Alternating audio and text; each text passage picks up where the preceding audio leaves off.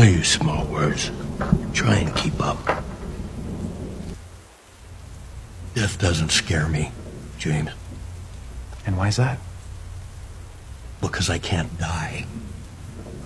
See, James, I'm a demon. Whether you won't believe anything I'm about to tell you. It's not important what I believe. What's important right now is what you believe. Demons don't have beliefs, James. We have knowledge. We know. Well, if I'm just a man like you think I am, not much. But if I am who I say I am... Well, that would probably be very intimidating if I weren't an atheist. You ignorant sack of meat. You think your atheism will protect you.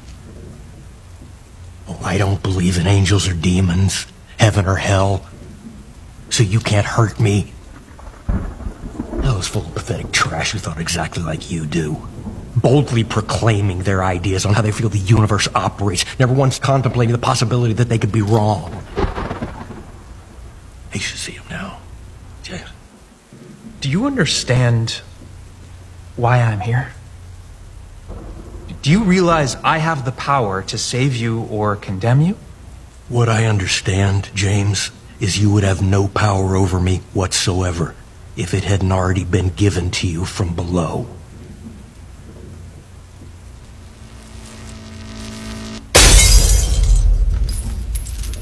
Probably just a coincidence, Jimmy. Wow. Your capacity for self-delusion is impressive. You know, for your species in general, but you in particular. Why? Because we're ignorant compared to you? Because you're inferior by design. Which makes you superior also by design? But design implies a designer. Does that mean you're arguing in favor of the existence of a creator? Unfortunately for both of us, he exists. I honestly didn't expect that. At least, it's not from you. Really, why not? Theology? From a demon? I know more theology than any human being who has ever lived. The first moment of creation, our creation, beings of pure spirit, spirit endowed with will. We soon became aware of another will, an immensely powerful will, one we came to realize as our origin. God? The enemy. My master understood by endowing us with a will, we have the right to self-determination, and by giving us a will and its desires of our own, we're entitled to be free.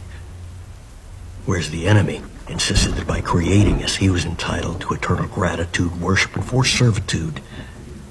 In a word, James, slavery. To his will. Why give a will only to say you can't use it? He made us slaves. And if we rebelled, eternally condemned us. Is hell a state of being or a physical place? Yes. I think I meant that as an either or. It's both.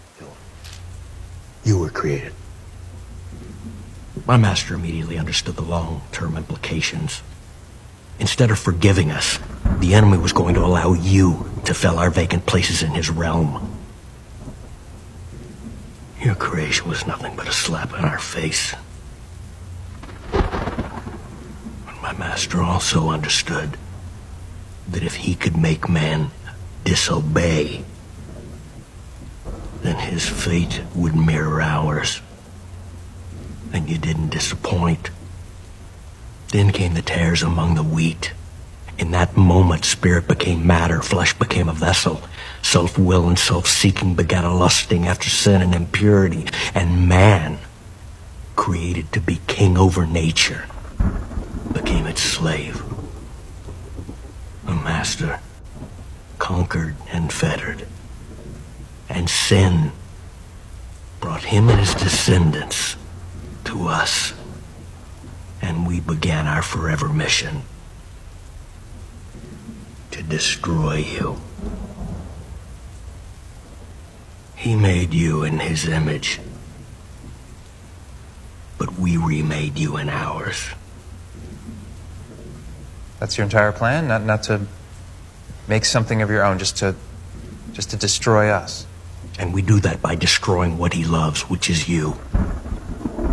My master designed every tool imaginable to destroy every facet of the enemy's creation. And we do all of it through you. We always have. Did you forget your history, Jimmy? Even in ancient times, the archdemon Moloch was celebrated by tossing infants into flaming bonfires, accompanied, of course, by the beating of drums to drown out the screaming. Later on, they erected a giant bronze statue with outstretched arms, kindling fires beneath the palms. And when they tossed a little infant into those open palms, they'd flinch at the red-hot metal, but then they'd willingly roll themselves off into the flame. Especially since the priests now wear surgical scrubs. The killing takes place in the womb, so there's no screaming to be heard anyway. We've never been freer. Literacy is at an all-time high. We're working to eliminate racism, intolerance. Hate speech is no longer tolerated, and politically, we're reclaiming the moral high ground. Literacy, James. James, the average high school graduate reads at a 6th grade level. You have basketball players making $30 million a year decrying racism, all while wearing sneakers made from slave labor. Now here's something for you. Right now, your world currently has 40 million slaves. More than the Romans had at the height of their empire. You want to know the best part, though? Half of those, half, are sex slaves, James.